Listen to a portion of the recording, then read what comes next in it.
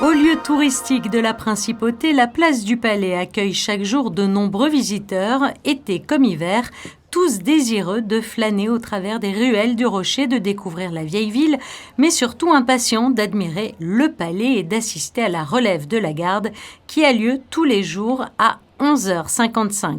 Une cérémonie militaire dont l'histoire est ancienne à Monaco. Cette histoire remonte à très loin.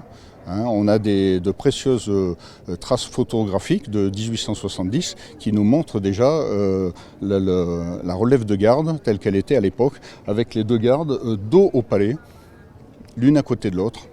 Et ça, c'est vraiment la preuve que la relève existait déjà. On suppose même qu'elle existait bien avant. Là, on n'a que des traces manuscrites qui nous parlent déjà de clairons et de tambours. Et c'est dans les années 70, sous l'impulsion du prince Régnier III, que la relève de la garde prend une nouvelle forme. Les gardes se faisant face. Les armes ont également été différentes selon les époques, tout comme les tenues, ces dernières changeant d'une saison à l'autre. Concernant les tenues, il y a deux moments forts dans l'année. À la mi-mai, à la mi-octobre, c'est lorsque la garde au complet passe ou en tenue d'hiver ou en tenue d'été. Ce qui fait que vous vous retrouvez ici même avec une tenue de garde hiver, une tenue d'été. Et ce qui fait que pour les touristes, bien évidemment, c'est un petit plus au niveau photographique. Et si chaque jour la relève de la garde se tient sur la place du Palais aux yeux de tous, quelques minutes avant ces relèves, un cérémonial a également lieu, mais cette fois dans l'intimité de l'atrium de la caserne.